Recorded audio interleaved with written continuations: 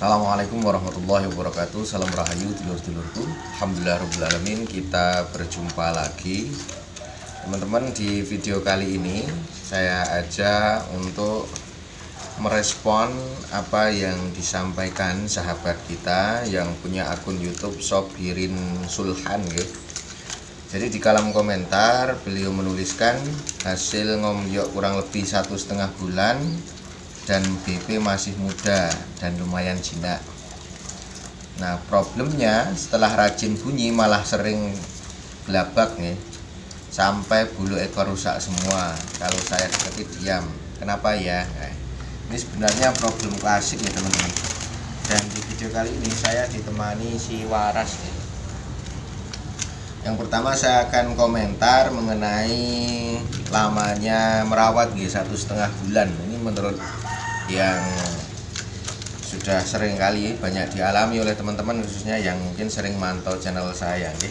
Itu 1,5 bulan masih waktu yang sebentar nih, karena bisa dipantau oleh Bang Sobirin Sulhan ya, khususnya kalau memantau channel saya, video saya kali ini.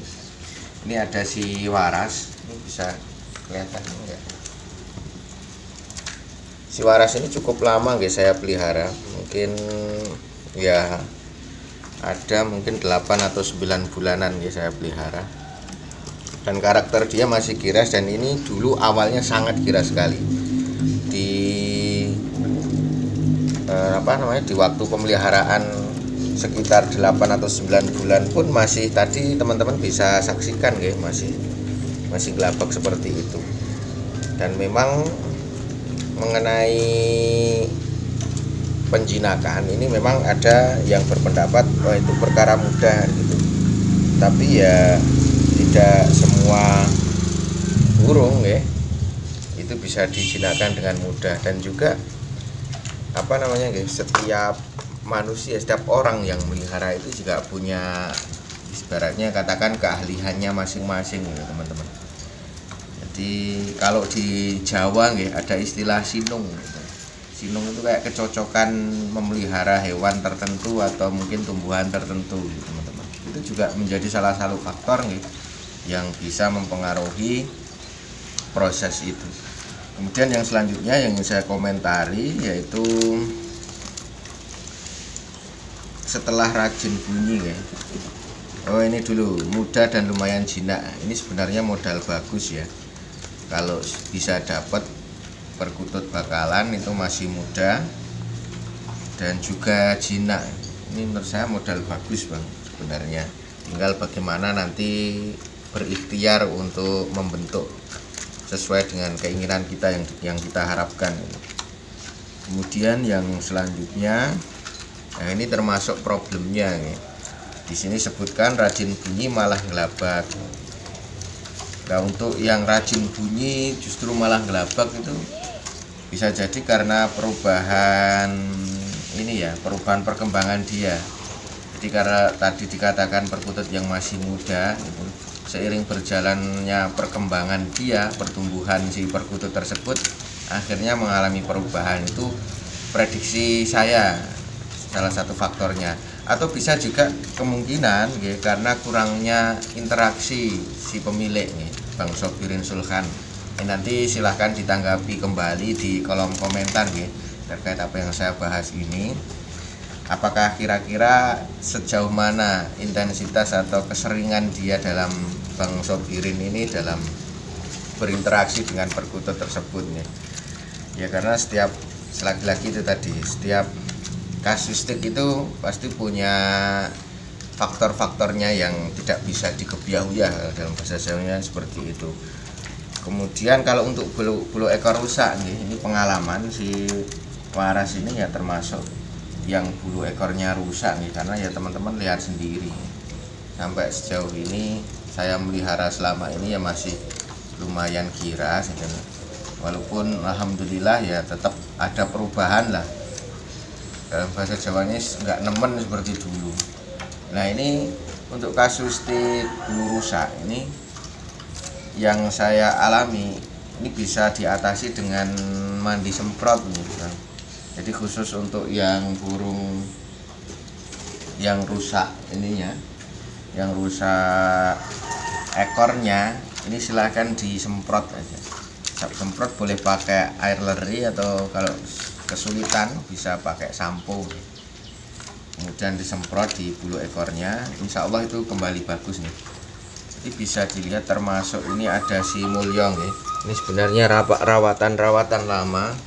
Nah ini sebenarnya bulunya juga bermasalah, karena ini teman-teman bisa pantau sendiri ya, masih seperti ini melebar. Ini kalau kata Bang Samsul seperti helikopter lewat itu ini. Dan semua tips ya teman-teman, kayak mandi apapun ya, ini sudah saya lakukan teman-teman.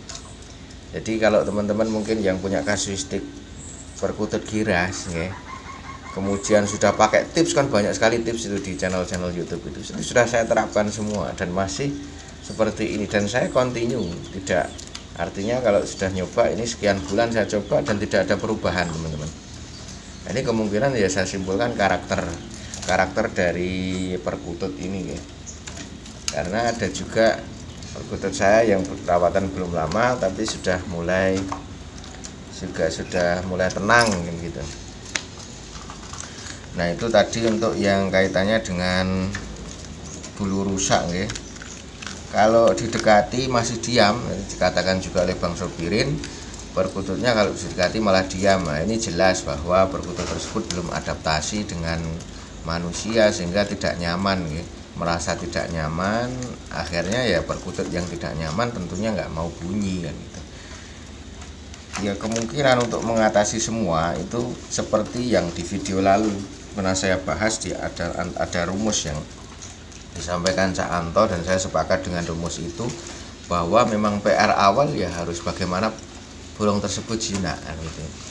Atau cara yang termudah kalau teman-teman ini sibuk ya dengan pekerjaannya, tidak bisa interaksi dengan intensif, dengan tidak bisa sering gitu ya, mungkin bisa solusinya dicandal di tempat yang rendah yang sering dilalui ya. Mungkin cantelnya ini, cara nyantelnya ini dikira-kira ini loh, jadi sama kepala, kalau kita jalan sama kepala ini bisa gitu, bisa ngelihat kepalanya gitu.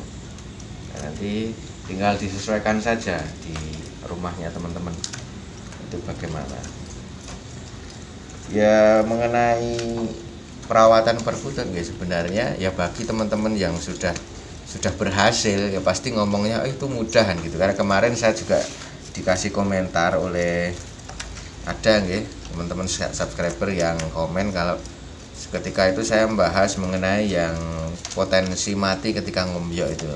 Beliau bilang ya penting dikasih makan, kasih minum, nggak telat pasti hidup kan gitu. Padahal ya nggak semudah itu.